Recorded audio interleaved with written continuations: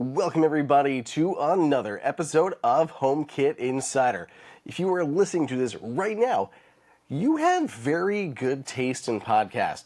You got me, your host as always, Andrew O'Hara, and I am going solo again this week. It's been a very busy week. I was hoping to have Faith on, my wife, again to chat about some of our newer smart home devices that we have been using here at the home, and time just got away from us this week. So didn't happen this week, but that's okay. You guys have me, and I have so much stuff to talk about this week. We got app updates, we've got new product launches, we have a hands-on that we are going to get to, and I have a special tease, a reveal for an upcoming episode that I am so excited to get your guys' thoughts and questions on.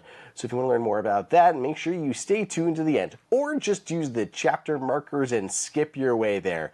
But we're going to kick this episode off talking about a forthcoming update to the Sonos app.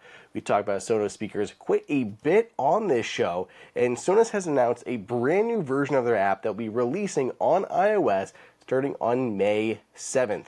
Basically, just a overall redesign of the app, and this is different than the Sonos V1 versus V2 app update. There was a substantial update refresh when it moved to this new architecture for their speakers, and they literally ran two versions. They still do run two versions of their app for like legacy devices, and then everything like migrated to this new one, kind of like Apple's HomeKit architecture situation going on. But it was a little bit messy. I still have people asking me questions about it, including family members. But this is more of like taking that new app and then rebuilding it and redesigning it. The most notable change is that the tab bar at the bottom is gone. There's like a redesigned home screen experience for the app that can show different information, such as streaming services that you were subscribed to. Cannot talk. Great start to this episode, guys. But shows any of the different streaming services you are subscribed to, anything that you recently played, all that can be pinned there at the top, which is another nice feature that you can pin different music and controls and such. As you scroll down, it brings in more information. There's system settings you can tie into services recently played, trending stuff that you may want to listen to. Lots of pretty cool things. It's making the app feel more like a music player versus like a control thing. Like whenever I jump into Sonos right now, I'm kind of picking it as the way to control the speakers, adjusting volume, changing modes on like the arc, dialogue boost versus like reducing bass, that kind of stuff. Now it's starting to really flush out as a music streaming option, kind of like you're just jumping into Apple Music, but you're jumping into Spotify or into Sonos, which can pull in Tidal, Apple Music, Spotify, Pandora, all these different services and bring them into one app that you can then play through all of your different Sonos speakers. So a very cool update. This will be landing again on iOS on May 7th. So very excited for that if you are a Sonos user.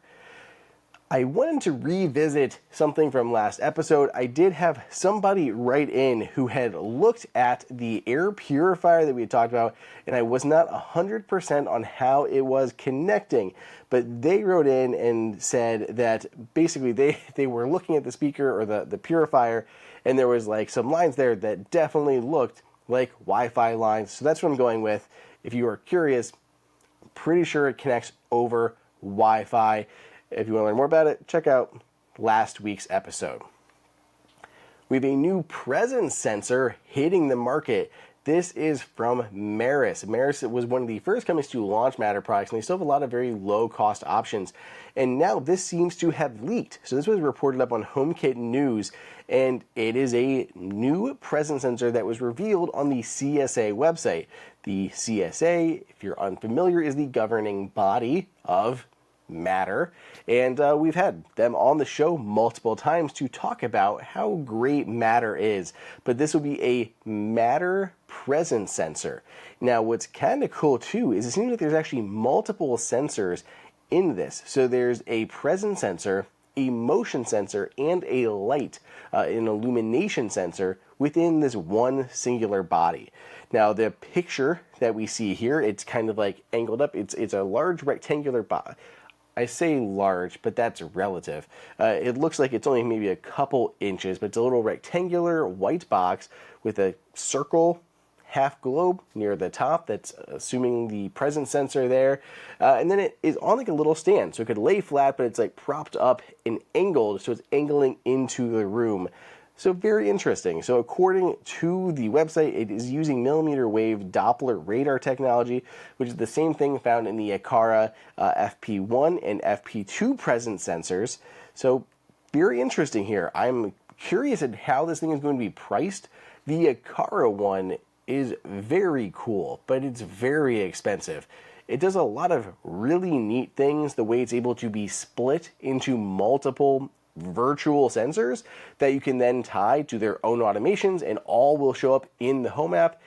I don't think this will do that. Maybe I'll be surprised. So I'm at least expecting a lower price point because of less features here. So it's going to be interesting how this plays out. But I think it could be very quick at detecting motion and presence. And if so, this could be a killer device if it is affordable, works with Matter. I'm pretty excited about this. This is something to keep an eye on. Next up on the list is Nanoleaf. So Nanoleaf, this is actually came out on Nanoleaf's YouTube page, which is super curious. They revealed this video of a new light strip, but it's not quite available on their website yet. So maybe it will by the time that you guys are watching or listening to this episode. But it's a new RGB IC, so independently addressable zones light strip that is working with Matter over Wi-Fi.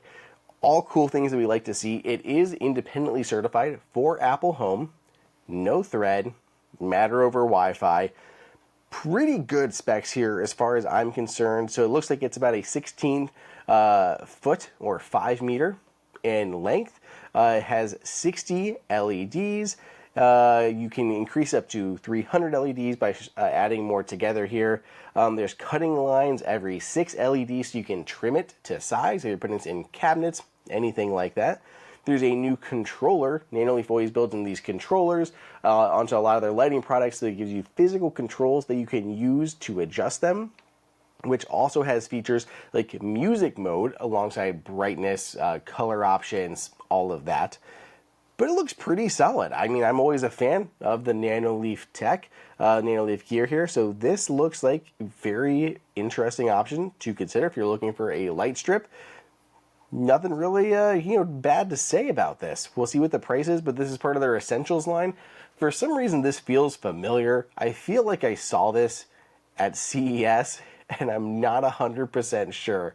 There was so many Nanoleaf products going on, and it was hard to differentiate, especially with something like a light strip that can be very similar to what's already out there now. Personally, I don't use the RGB IC stuff all that often. I kind of stick with like one color for the light strips, but if you're doing like these syncing effects and you want to do some of the effects with the Nanoleaf app, it's awesome. They're very cool to be able to independently address all of those zones. Give it like, holidays, do like a candy cane, red and white look to it, whatever. Multiple colors for football games. Like, there's a bunch of different options there, but typically I'm just using my voice and I'm setting like one light. I'm setting it to a hue of whatever color, like a dark blue, or I'm setting it to white, warm white, cool white, anything like that. So I'm pretty happy with the Essentials Matter one that's out there now from Nanoleaf, but it's all, I believe, just one color. So this is a little bit updated, a little bit changed, but we're seeing a lot of these independently addressable zone ones. The weird thing is Matter doesn't have any way to deal with that yet. So this is all being done through manufacturer apps. Segments the market a little bit, and you have to start making sure you're buying from one retailer or you're jumping into a bunch of different applications, which can be a downside. So just something to think about. Before we get into our next piece of news for the week, we have some news from Switchbot. But before we get there, let's take a break and thank our first sponsor, one that I am overjoyed to be talking about. It is Fast Growing Trees. FastGrowingTrees.com. I love them. I love them, and I'm just going to tell you out of the gate before I even open up the ad read that we've got here for me. So, did you know that Fast Growing Trees is the biggest online nursery in the U.S. with more than 10,000 different kinds of plants and over 2 million happy customers in the U.S.? They have everything you could possibly want, from fruit trees, palm trees, evergreens, houseplants, and so much more. Whatever you're interested in, they have it for you. Find the perfect fit for your climate and space. Fast Growing Trees makes it easy to order online, and your plants are shipped directly to your door in 1 to 2 days. And along with their 30-day Alive and Thrive guarantee, they offer plant consultation forever. So, you guys know I've been keeping you abreast of my tree updates. I ordered multiple plants from Fast Growing Trees earlier this year, and based on my zone, they knew exactly when it was right to ship them to me. So they held my order, waited for the weather in my area to be right, and then they shipped them. They did arrive in like 1 to 2 days. All the trees came out spectacular. I ordered 2 different cherry trees as well as a 5-in-1 apple tree. Yes, it is a singular apple tree that has 5 different varieties of apple on it. They just grafted them together to make this amazing apple tree, and I got the largest one they had, like a 7-foot tree, and it's magnificent. I cannot wait to get apples on it, and I know I'm going to get some soon. Like, this literally showed up at my house a month ago or something, and I've got apples the size of like, I don't know, like a ½ inch wide already, that fruited, like they're growing. I'm very, very excited. I've got Granny Smith on there. I've got Fuji on there. I've got Red Delicious, which is not my favorite, but if I don't eat it and if Harrison don't eat them, then at least the chickens will take them. So I'm still happy because I got 4 other varieties on this one tree. It's so cool. I also got a pink lemonade blueberry bush. That's going to be also super fun. They're like a little bit extra tart, which super appeals to me. They are also like a pink color. I love it. I could not pick just a few items to order without going crazy because I don't have that much space in my backyard. But they have so many cool things. They have banana trees that I really wanted to get there, like pineapples, all sorts of stuff that you can check out. If you have not done so already, if you're looking at expanding your yard, please let me know if you order something from there because I am curious at how everyone else does. I think their fruit trees and stuff are amazing, but they have a lot of other landscaping and other trees that you can pick from, shrubs, all sorts of stuff. It's very cool. Highly recommend them. I cannot wait. You will be watching me. I'll just be crunching into an apple. Give me a few months for us to get into the fall, and I'm going to have apples from my 5-in-1 apple tree. My cherry trees, I'm going to be eating some cherries. I'm beyond excited about it. So go ahead, check them out, fastgrowingtrees.com. So let's get into more news. Switchbot update. So Switchbot has a new update that is bringing more products into Matter. So in 2023, they had things like the Hub 2, the Hub Mini was Matter enabled, the Bot, the Curtain 3, the Blind Tilt, the Lock Pro, the Motion Sensor, Contact Sensor, and their IR appliances. All of those were supported via Matter. Now the list has more than doubled. A couple of my favorites here, the S1, S1 Plus, K10 Plus, and S10 robots, all, like robotic vacuum cleaners, they all will support Matter with this update. Amazing. Some of their ceiling lights support Matter, strip lights, Matter.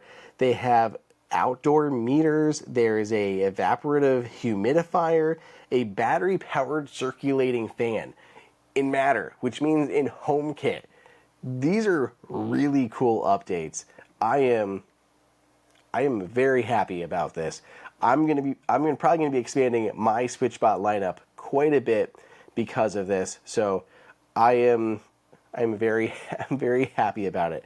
So make sure you check that out if you are interested in any of these other like new device categories. We're gonna see robots alongside these other things. There's a button, meters, Meter Plus, all of these things, pretty sweet. So Switchbot, new update, lots more products in Matter.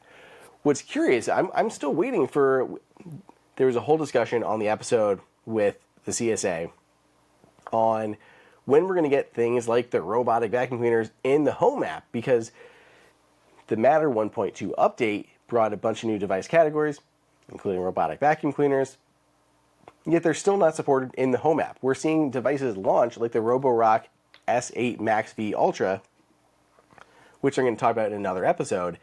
But these things are supposed to be launching with Matter, and we don't have Matter support yet in the Home app. Apple has not adopted Matter 1.2 for the Home app. So we're just kind of waiting. And it's not just Apple. It's not like Apple is far behind compared to competition. I'm not seeing this from SmartThings. I'm not seeing this from Amazon. I'm not seeing this from Google. They're going to get there, but there's like this holdup. You know, I'm not sure which one is coming first, but it looks like we're going to get products that are theoretically going to support Matter without actually having the Matter support in the apps. So we'll see when Apple actually adds them. It's one of the first things I check every time there's a new beta. If there's any new iconography or references to new device category types, and I'm not seeing it yet, so we're just going to keep hanging on. I'm going to keep checking release notes. As soon as we have that Matter support, I will be sure to let all of you know.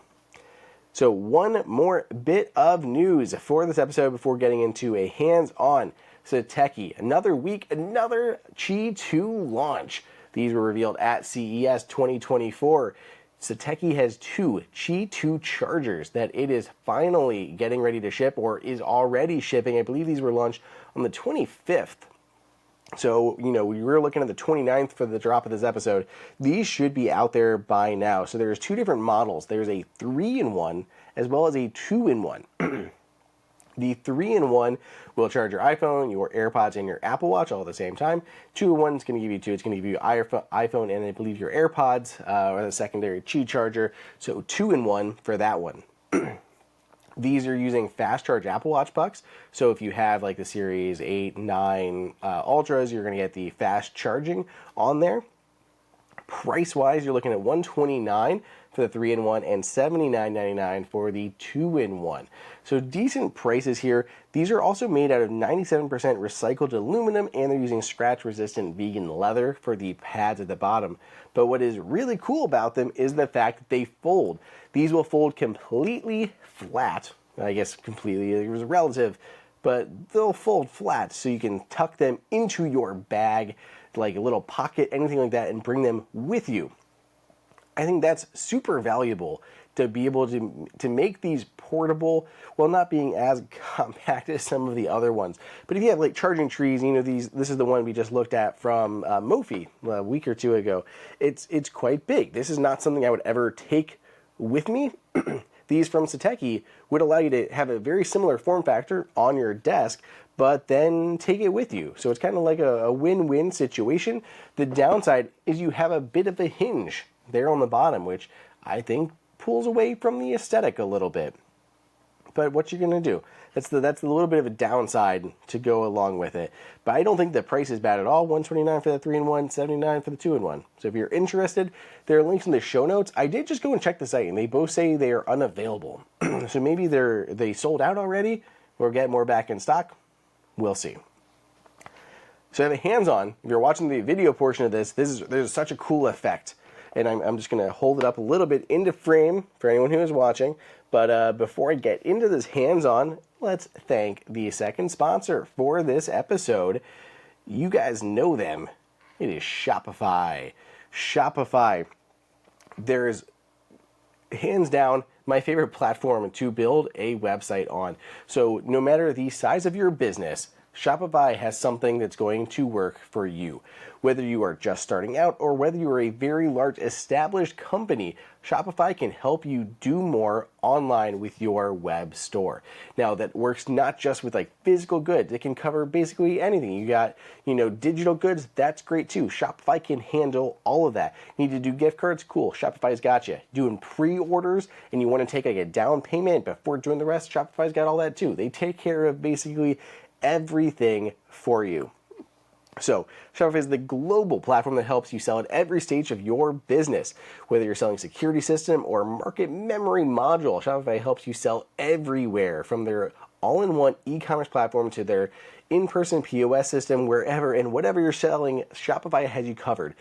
Also super cool that they have physical POS systems. I didn't even know that. That's awesome. That's a whole other piece to this puzzle and not just online e-commerce. But other things I love about Shopify, that platform is so uniform. So you have your website that looks unique, branded to you, looks great, and you go to the checkout and boom, you know you are on a Shopify website, which has its perks because you know that it is safe and secure. You're not buying through some sketchy website that you don't know. As a customer, you feel safe because it looks familiar, you trust it. There's all these authentication things that go into place that really make customers feel safe when they check out through your store. Plus, they support things like Google Pay or Apple Pay, so it's just very easy to complete that payment process. Once they've completed that order, it can even be tracked in the Shop app, so it'll just automatically kick them over so they can track their order from the time they place it to the moment it's fulfilled, tracking it to your door, getting delivered, then leaving a review for you up on their website. So all these benefits of Shopify. They help turn browsers into buyers with the internet's best converting checkout, up to 36% better compared to other leading e-commerce platforms. You can also sell more with less effort thanks to Shopify Magic, your AI-powered all-star.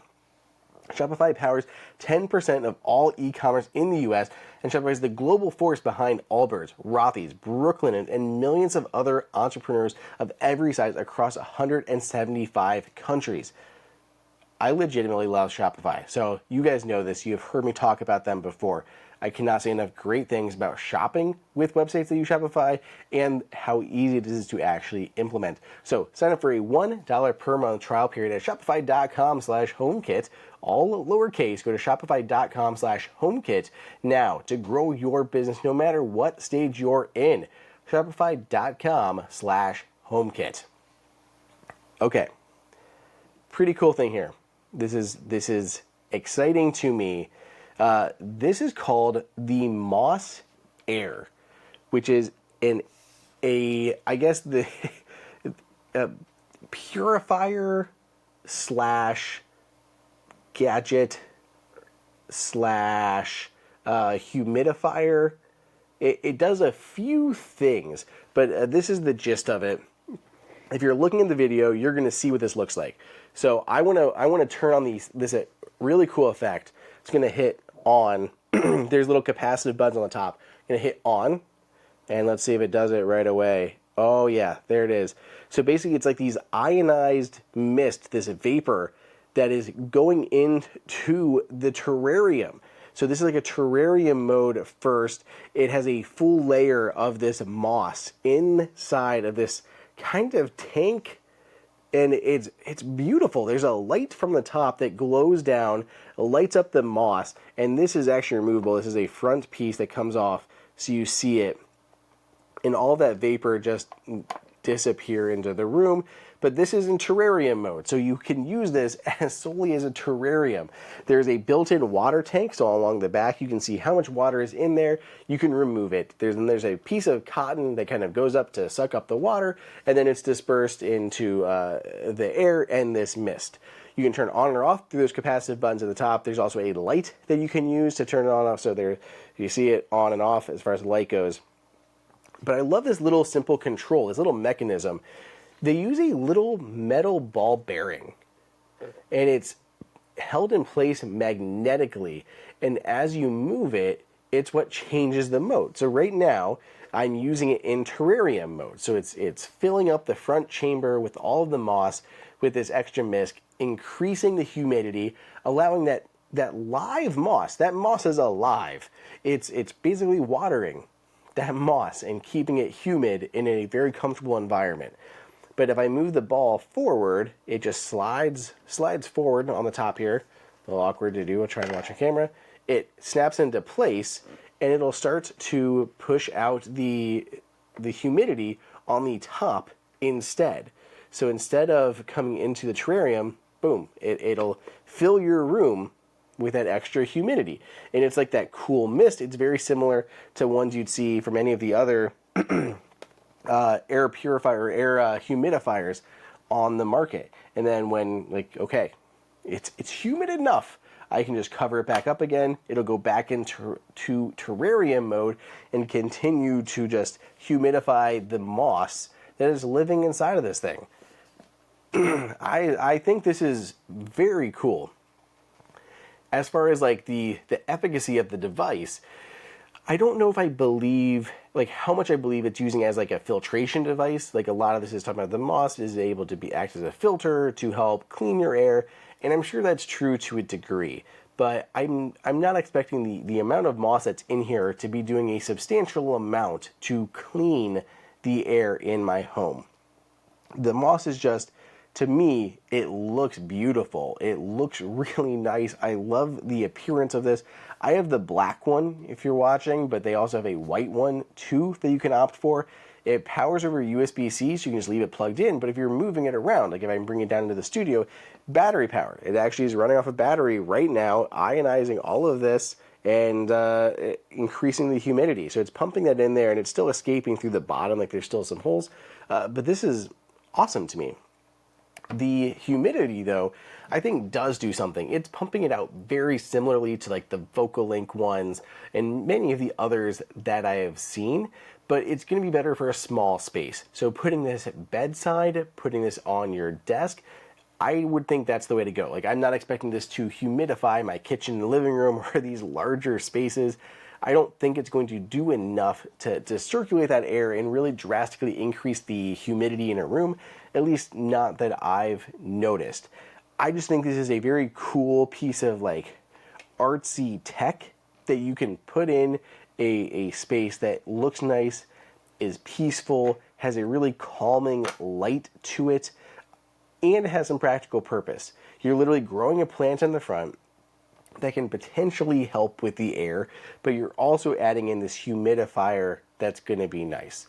So I'm very happy with this. There's no app support, no connected things like that.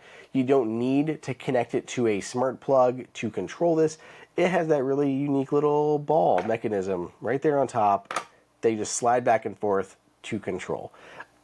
I like it. I think it's a great piece of basically smart tech that isn't too smart, unnecessarily smart. So I'm curious of what you guys think of this. Let me know down below in the comments, or find me on Twitter. Let me know if you think of something like this. If you're interested in buying one, there is a link in like the show notes in the description, as always. So check it out. Let me know your thoughts. So finally, I did tease a bit of an upcoming episode. So here it is. I'm going to be having on the episode to talk to is the CEO of Ecobee. So Ecobee has some cool products. They have the camera, their sensors, the smart thermostat is obviously the biggest one out there. They have their doorbell product, a lot of great things. So CEO Greg Fike, F-Y-K-E, he's going to be joining me. He's the newly appointed president CEO. He just kind of took over his tenure at the company as that position. He's going to be joining to talk about all the smart home stuff. And if you guys have any questions that you want answered, let me know. You can send me an email at andrew@appleinsider.com, or you can find me on Twitter at andrew_OSU. Ask me, and I will do my best to get them answered during the episode. So we'll be filming coming up, and we're going to have a lot of cool stuff to talk about. We're going to talk about their products. We're going to talk about, Matter and all sorts of fun things. So be sure. I'm super, super excited to talk to Greg about all this HomeKit stuff and everything that's kind of been changing, and it's going to be wonderful. I'm very excited for it. I hope you guys are too. So let me know if you have any questions. I'll be sure to get it in the podcast. Other than that, that does it for this episode. It was just me, and I hope I entertained you for at least the last 28, 29 minutes or so. Thank you guys for listening or watching. As you always do, you guys are the best audience around. You can go ahead and give me a 5, 10, 100, whatever stars you'd like over on the podcast player of choice. If you want to watch the video version of this, you can go to youtube.com/HomeKit Insider, and you can watch it there. You can see the Meross Air for yourself, as well as my, facial expressions as I stare between the camera and my notes recording. That is always an option for all of you guys, and I can answer questions in the comments on the YouTube video as well. But otherwise, stay tuned for the next one. Thanks for listening. We'll see you next time.